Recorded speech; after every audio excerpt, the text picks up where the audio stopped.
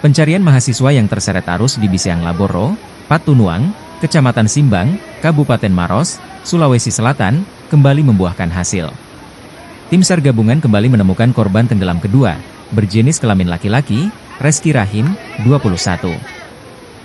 Reski Rahim merupakan mahasiswa Unha semester 7 jurusan Hubungan Internasional beralamat Borong, Makassar. Sekretaris BPBD Maros, Nasrul, mengatakan korban kedua ini ditemukan dalam kondisi meninggal dunia. Korban ditemukan di radius 300 meter dari titik awal dinyatakan hilang. Jenazah korban kemudian dibawa ke RSUD Dr. Lapalalai untuk pemeriksaan lebih lanjut.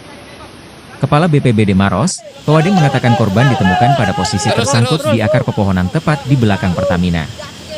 Ia menyebutkan saat ini keluarga dan pihak FISIP Unha sudah berada di RSUD Dr. Lapalalai untuk menjemput jenazah korban. Ini masih saudara bang Bunhas? Dari Bunhas.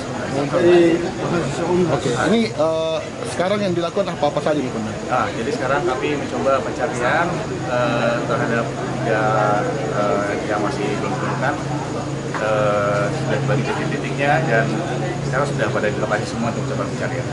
Ada kendala teman sementara ini? Kendala yang pertama cuaca sudah gelap nih, kemudian juga arus masih cukup cepat.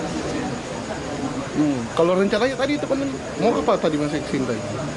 Ini kan tadi. Oke, dia akan survei karena di bulan depan akan ada kegiatan camping dan yang mahasiswa tersebut sedang melakukan survei ke lokasi camping tersebut. Download Tribun X sekarang, menghadirkan lokal menjadi Indonesia.